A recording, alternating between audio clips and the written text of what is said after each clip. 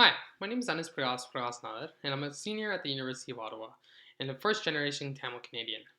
I'm also a young working professional working as a communications officer for the Department of National Defense. Now, the research question I wanted to explore in my ethnographic research project was how has social media affected my participation in social movements during the global pandemic? I decided to choose this question because I noticed that since the beginning of March, I have personally witnessed a huge influx of my network posting stories and content about social movements that they supported. And this kind of led me to reflect about how seeing these posts would either encourage or discourage me to join the same fights that they are involved in. I decided to gather a lot of my data by simply just writing down my thoughts and feelings anytime I would come across social media posts that were made on either Facebook, Snapchat, or Instagram. And after collecting the data, I needed to analyze it. And some of the easy ways that I analyzed my data was by using a color coded technique. Black pen symbolized background information or even some sort of content information about what was going on or the situation that I was reading about. Blue pen outlined the senses that I was feeling. So, what I was eating, if I was happy, if I was hungry, also the time, the place, and the date of when I was actually writing my entry. Lastly, I would use red pen to write down my actual thoughts and feelings about what I was seeing, reading, or listening about. Now, in order to further code this, I also used a green, yellow, and orange highlighting technique to give certain words values. Green value would be represented by green highlight, which would then symbolize a positive one outcome. Then yellow highlight would symbolize a negative connotation or a bad word that would symbolize a negative one outcome.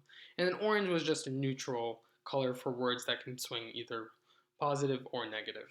At the end of it, I found that I actually had a lot more negative thoughts and negative connotations than the positive thoughts during my research, which was quite interesting. And then next, I used a pink highlighter to also outline the type of social media platform that I was getting my information from. And I found out that I almost exclusively got all of my information from Instagram. And lastly, I used blue highlighter to also symbolize any other people that I mentioned in my research. I did this to see if anyone else had an influence on my thoughts and my emotions during my ethnographic research project.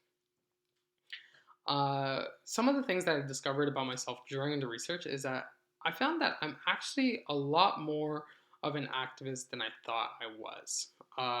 And this is because of the fact that I found myself reposting a lot of information and content about racism or even about Movember, as those two things are social movements or areas that I'm very, very passionate about, especially being a visual minority and a man myself.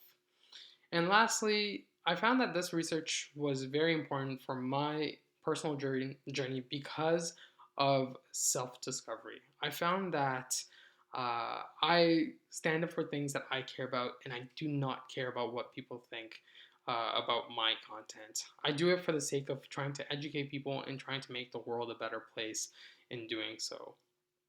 For me, at the end of the day, if I had an impact or if educated even one person, that's all I need. I don't need the whole world to recognize my efforts or my thoughts. I just need to have an impact on one person. And even if I don't have an impact on one person, that's okay because I know for a fact that what I'm doing has a possibility of helping someone out or trying to help someone in need, and that's all that matters for me. Thank you for listening, and that's an overview of my ethnographic research project.